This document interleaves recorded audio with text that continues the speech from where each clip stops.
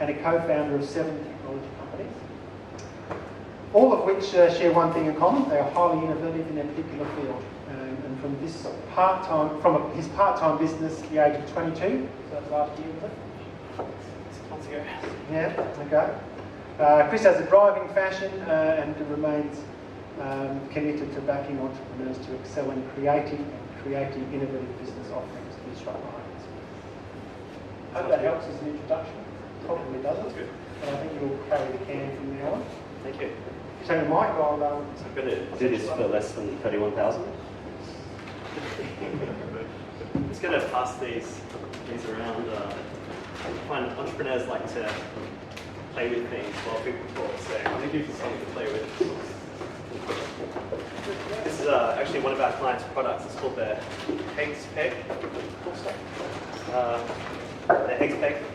And it's got, what's innovative about it is 6 different things actually that we've identified in the patent protection, but the most obvious thing is it's got 2 hooks at the bottom, and it featured on Shark Tank recently, raised about 300, 350,000.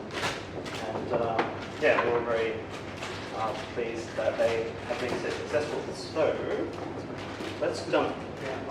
Okay, perfect. So we're going to be talking today about patent cost hacks, how to reduce the cost of patenting. It's something that's not particularly in my favour, but ultimately will be if you're successful. So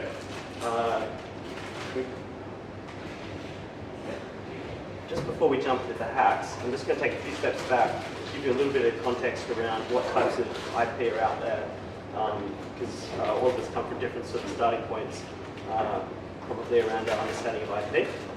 So, I'm sort of standing in the way of the screen, hopefully you can see. So there's 2 types of IP rights. There's registrable IP rights and there's non-registrable IP rights. Patents, which protect the way things work, fall into the registrable IP rights category. There's also trademarks and registered designs. Trademarks protect brands, whether they're brands for businesses, for products. Registered designs protect the aesthetics of a product, as compared to a patent protects the way something works. And often on a product you'll find, like this one, there's a patent that will ultimately split out into a whole number of patents. There's registered designs, there's trademarks on the brand X. So trade secrets, probably imagine quite a few here in the sort of software space. So trade secrets might be what the sort of program that's been executed on a black box server that people can't see into. Other trade secrets include recipes, and basically anything that you're not going to tell the public and we keep a secret. Now, if you use something commercially, but are keeping sort of using a process in secret and selling the product that comes out of that process commercially, you can no longer patent that process. So you just have to be careful if you want to protect an idea, a process, always think about patenting first. So why do patents exist? I'm not quite sure this video is going to load, but that's okay. We'll just give this more question time. To encourage the sharing of technical ideas, to incentivize companies to invest in research and development as a measure of economic stimulus. So a patent is a monopoly right granted by governments that let the inventor of an idea or the owner of the patent exploit that idea by being the only one who's allowed to make it, use it, sell it, import it in the countries where you've patented it for a 20-year period. So, questions to you guys. What do you think the most valuable trademark is? Anyone hazard a guess? Guessing you can drink it. Sorry? I'm guessing you can drink it. Good guess. Any others? Apple. Good guess. Any final guesses? One of those was correct. And the most valuable patent? What technology area do you think it's in? Medicine. Any others?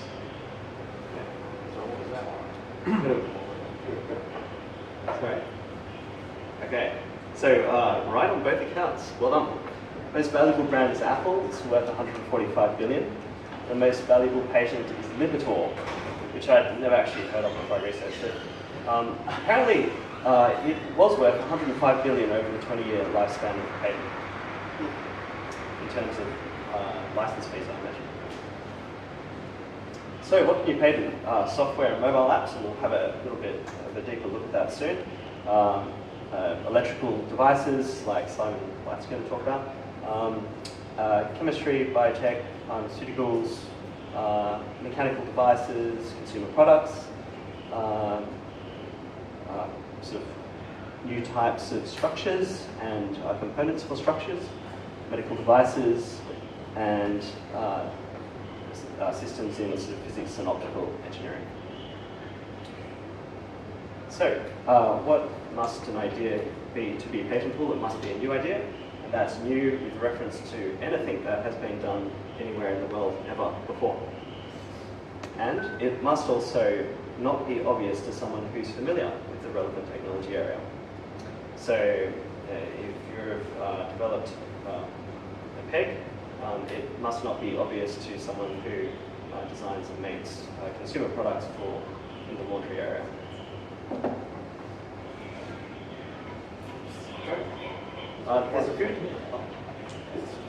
There's a good follow-up video I can recommend if you want to learn more about patenting. You guys have probably seen the Crash Course series on YouTube. It's awesome. And I'm actually going to steal one of their analogies later in this talk. Okay, let's take a little bit of a deep dive into software. How many people in the room are sort of involved in a software startup? Perhaps a show of hands. Cool. At least not the room. So, going back a few years, you used to be able to patent business ideas implemented by software. Mid-2010, that changed. Patent attorneys stopped making so much money. Now, patent offices require a technical effect, an idea to have a technical effect in order to be patentable. And some examples of a technical effect include technical engineering improvements, such as using less memory to store data, an idea that reduces bandwidth usage, transmitting data more efficiently, making less calls on a server, accelerating computational time, improving image processing, and so on. Or ideas that are fundamentally rooted in a technological environment. So, for example, removing malicious code from an email, or a web page, providing users with a composite web page containing product-related elements of a third party and visually perceptible elements of a host page. So basically dragging one web page and sort of showing within another. That was actually from an IP base in Australia. Great, okay, and I'll be happy to take plenty of questions about software later if you have any, because most they sort of tend to be quite specific, and the answers as to whether something's whether a piece of software is patentable tends to depend very much on what specifically you're planning to do. Okay, what does a patent look like? Really quickly, it's got 4 sections. It's got background, where you describe what's been done before. It's got the description, which describes all the different ways that you could make the idea. And you have to, in the description section, disclose the best possible way of making your product or implementing your process. The claims that define the scope of the legal monopoly, that's the part you really, really, really need a patent attorney for. And the drawings. And drawings look like this. These are the drawings for Magic 8 Ball. So, Magic 8 Ball, I should ask you a question. Magic 8 Ball, should we now have a look at a claim for your patent? Not particularly effective. So it shall be. Let's jump into it. I'll pass this around as we go.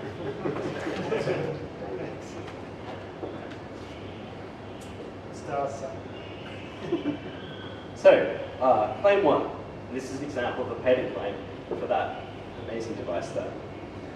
In a liquid-filled dye agitator, which is the whole thing, think of the whole thing you see in the drawing here.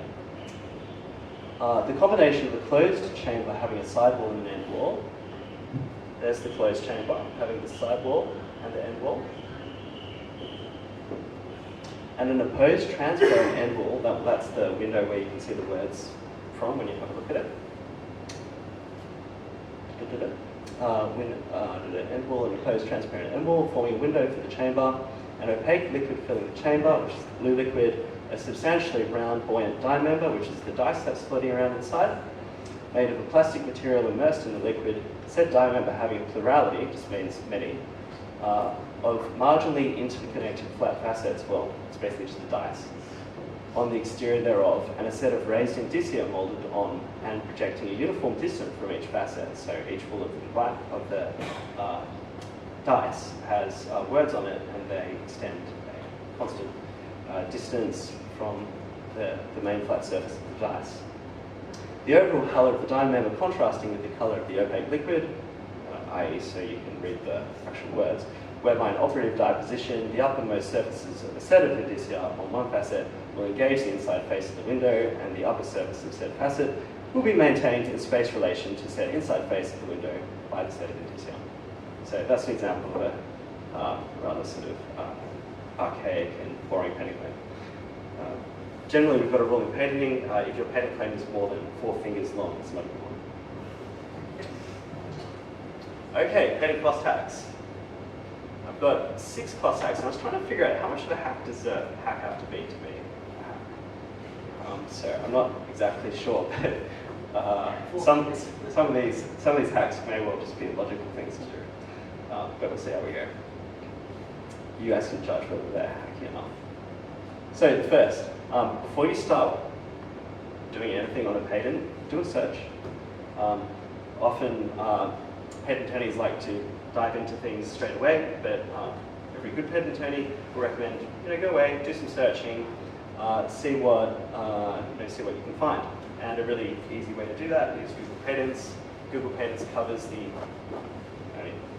I just double-checked this yesterday, the entire collection of granted patents and published patent applications from the USPTO, EPO, and World Intellectual Property Organizations. That's basically the US and European patent offices, and WIPO is the database of all the PCT international patent applications, and right back to a very long time ago. So it's not a bad place to start off with like an initial keyword search. We'll come back to searching more in a minute. So, cost tag number 2, give your patent attorney really, really good instructions, because they'll probably charge you less. You need to show that your patent attorney that you're going to be easy to work with. Your approach is knowledgeable and systematic. So do some research about patents before you go speak to a patent attorney. And if you can present them with points 1 to 10, I can assure you they'll probably give you the best quote they possibly can. So what problem does your invention seek to solve? How has the problem been addressed in the past? What is your solution to the problem? How does your invention work? If you have a device idea like Peter's amazing electric bike, then you would show drawings like the drawings we saw before. If your invention is software, you would show flowcharts and block diagrams. A list of the commercial advantages and user benefits of your invention. Are there any possible variations in functionality, structure, or materials to your invention that you can envisage? Are there applications for your invention in other industries? Are you the only inventor? If not, who are the other inventors? Is this application to be owned by a company or you personally? And I mean, one thing that's a bit of a divergence, but always have a think about where to domicile your company for tax purposes. A lot of people don't do that and have to come back to it later and find their own annoying tax positions. Number 10, where do you believe will be the most important markets for your idea at the present time? So if the patent attorney has all that information, that's going to be pretty much, it should be the list of questions they ask in their first meeting with you. Okay, number 3, search again. So as soon as you've filed a provisional patent application, you can get a much more thorough search done by IP Australia, which is the Australian Patent Office. They will search a large number of, all, I don't know, strictly speaking, it's all the patent databases, but pretty much. And they charge $2,200. It's right about 70% of the time they don't find all the documents normally. We often see documents arise during US examination, European examination. Why don't they get caught up by IP Australia? I'm not entirely sure. But it's pretty cost-effective search for the breadth of the search you get. Number 4. After you finish the provisional patent application, unless you're just going to proceed into, say, 3 or 4 main markets, then file a PCT application that pushes back the cost of filing in your countries by another 18 months after your first 18-month period, and it secures your initial international filing date in 148 countries during that period. You can also get any bugs in your application, is probably not the right word, but we can get your patent claims through examination, try to achieve a clear international report on patentability, which means your patent will progress through the national stage much more easily. Number 5, align your IP strategy with your business goals. Probably, maybe the best way of explaining that is just to say for example, I don't know what a pack of these things cost, but say one of these is $1, and say Higgs didn't pursue any patent protection, not the case, and third parties came along and started manufacturing the same thing. Now say it cost them 30 cents to manufacture each one, so their profit margin is 70 cents. So competitor comes along and charges 90 cents. Next competitor comes along and charges 80 cents, until such point in time that Higgs, their brand, doesn't really carry enough brand equity that they can justify their original price. So Higgs drop their price to 70 cents, 60 cents. And it basically keeps on going until you get some minimal amount of profit margin above the cost of manufacture. So what a patent does is protect that initial profit margin, because it gives you a monopoly in the market for that idea. A patent is also a valuable asset on the balance sheet, and is very useful if you're raising capital because investors like them. Okay, and number 6, this is sort of a bit further along in the process. There's this thing called the patent prosecution highway. I'd suggest if you've got patents, make sure you have a look into this thing. It basically means if you get granted in one country, your examination process in all the other countries will flow through much more easily. Oh, and there's the patent process, by the way. So the first stage is your provisional patent application. The second stage is a search that's based on the claims that you filed in your provisional patent application. That's the one that costs $2,200. Then you've got your PCT international patent application. Then you've got your patents in each country you want to pursue protection in. Patent rights are national rights, so if you want patent protection, you want to stop copying in a particular country, you need to pursue a patent, go through the examination process, and have a patent granted in that particular country.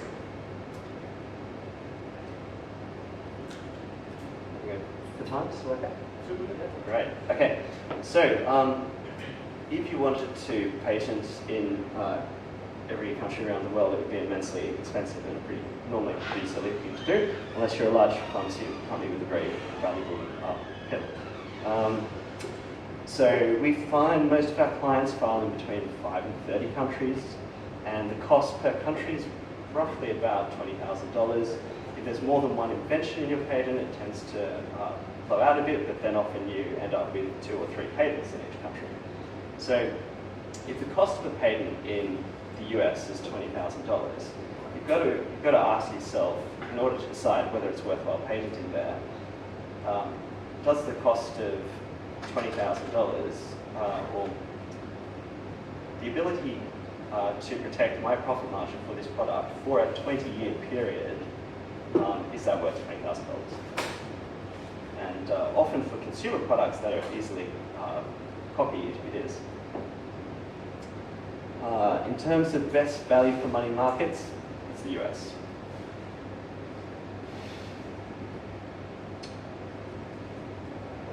Okay, some of you might be wondering what's a patent to. I'm not actually a lawyer. So I'm much more friendly than that. I'm an engineer.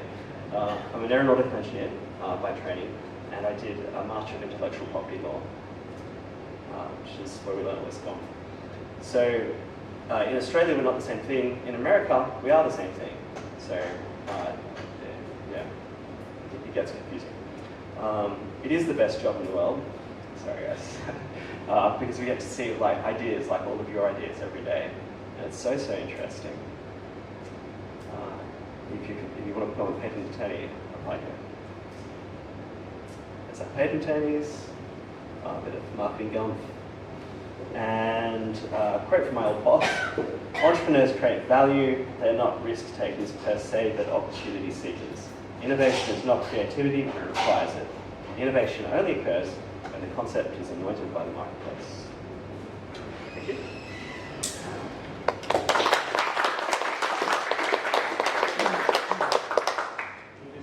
Questions? Yeah, please.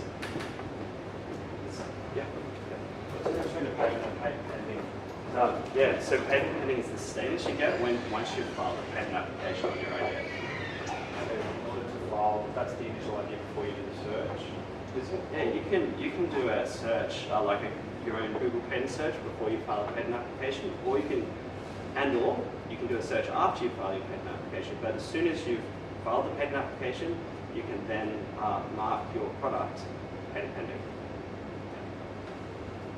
Are you able to submit a patent in multiple countries as pending and then hold it for like 12 months, for example, and then once you decide to either export your product, then you can cancel it or do that? Yeah, well, you don't even need to do that. You could just file your patent application in Australia.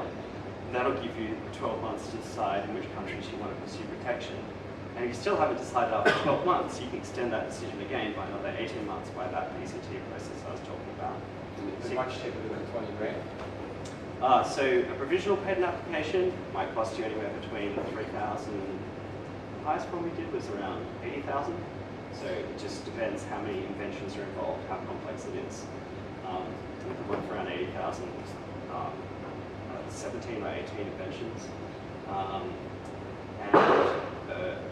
So that's the cost for the provisional patent application, but typically it's around $5,000. And then the PCT, then the search, $2,200 plus a bit of extra cost if your attorney's reviewing the results. Then the whole PCT process may be about 25 grand. Depends how many objections you face during the examination process. Yeah. Chris, you mentioned that search initially that it turns up 70% of the documentation. Yeah. Is that to validate that your patent is in fact able to be achieved, or is that just the general? That's. What does that 70% Sure. like? Are you fearful of the 30% penalty? I would say they find about 70% of the relevant results, and they are the results that are relevant as to whether a patent is new. You've also got to overcome the inventive step obstacle. So, two main requirements for whether you get your patent through, it needs to be new, it needs to comprise an inventive step, unless it's an innovation patent, but I won't go into that now. So does that mean it can also prove that it's not inventive, in fact, that there is something else that might be... Not novel, yeah. So in the search, if they find a document that describes each of the features in one of your claims, then that claim is not novel. So isn't the entire industry pretty much that? Like you'll have 80% of the product idea and the other 20% is probably spread across other ideas and then try to validate that. And then you need to justify basically through the patent to be able to pass through, right? Yeah, so I suppose during the patent process, they sort of give you the benefit of the doubt from the start that your idea is going to be new, but then the examiner has to find what we call prior art, which just means patents that have been lodged before you lodge your patent that show that your idea is not new. Yeah. And then you get that back, and then often the inventor will, when they get those results, like throw up their hands and be like, oh, this stuff. But then when a patent attorney has a look at it, we find ways to get around it. A large part of the cost in getting a patent is effectively having queries come back to not doing it incorrectly. How much of a difference can a patent attorney make to that process and reducing the cost? Yeah, huge difference. So I often say to clients, 70% of the value of having a really good patent attorney goes into the quality of the patent specification itself, because it's how you word the claims, it's the breadth you achieve without including limiting factors, and then it's the careful tiering of your fallback positions, which is the subsidiary claims in your claim set, that make a patent high quality. So yeah, there's so much, that first part of the process, it's such a small part of the cost, but that's really where you need a good patent attorney, is right at the start. Yeah? What if the idea this is already out there, but Yep. in sections, so you Yeah. actually bring it all together? Is that considered to be new, or is that? Yeah, you can achieve novelty through a novel combination of known features. The question sort of becomes, is it obvious to combine them? Yeah. So, just trying to think of an example. You should say for us, I did not before that it's So if each of the, say this feature is A, B, C, and feature A is known for doing A, feature B is known for doing B, and feature C is known for doing C, and you're just wrapping them together as like sort of three modules to a Yeah. product. Yeah. Okay. I want it. Yeah. Sometimes it's patentable, sometimes it's not. It really depends. Sorry, that's not. cholesterol reducing electric bike. Sorry. A cholesterol reducing electric bike. Yeah. That's it. You mentioned Taiwan as well too. One of those, I think there were two countries. Yeah, Taiwan and Argentina are two of the notable exceptions to. Is that because of the fact there's so much reverse engineering that goes on in those countries? Or is it the I think legislation? it's more of for political reasons. Yeah. Anything else? One thing I often speak to customers, and yeah, they've been selling a product for 10 years, and then someone comes along and says, "Oh, you've got to stop because it turns out, 2 years ago I got a patent on it." You look through the claims, you go, well, "Hang on, that's the product that they've been selling," and that somehow got through the patents because no one bothered patenting it. What's the process there? What happens when they're not? So what you're describing a scenario where someone has got a patent through. But it's clearly, from your point of view, it's clearly Not new. prior art because in fact Yeah. it's your product. Yeah. So in that case, you could seek to have the patent revoked. If they tried to enforce that patent against you, you could not only get their patent knocked out, but you could sue them for unjustified threats. So they would have to be very. I mean, they would only do that unknowingly unless they were really, really stupid. Question between patents and designs. Yeah. So what if you take something that's existing, Mhm. it's pretty easy to replicate, but you have a new shape or application for it? So I guess Yeah. you've got an idea that's not that unique and fairly easy to replicate, but Sure. is it patentable? I'm not sure whether it's patentable or design, and what protection do you get from either of those? Yeah. Is So it like registered design, let's say? great question. Yeah. So the registered design, all you need is a new aesthetic. Yep. So you need new visual features. It needs to look different than something that's existing. How different? It's a very subjective test. Yeah. So and best just to show your two things to a patent attorney will tell you. Yeah. The other mechanism you can use to protect something where something that's new but obvious Yep. is an innovation patent. So in Australia and in a few other countries around the world, we've got this really unique type of patent, which in Australia we call an innovation patent. In other countries they call a utility model patent, that don't need to meet as high an inventive threshold requirement. In Australia, they essentially only have to be new. So you've got an idea that's new, but it's kind of obvious. You can still get an innovation patent for it. Is that what referred to as a penny patent? Yeah, previously, pre-1990, I think. Yeah.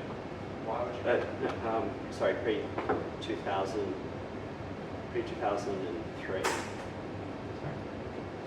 Why would you get it? Because they last 20 years. An innovation patent just 8.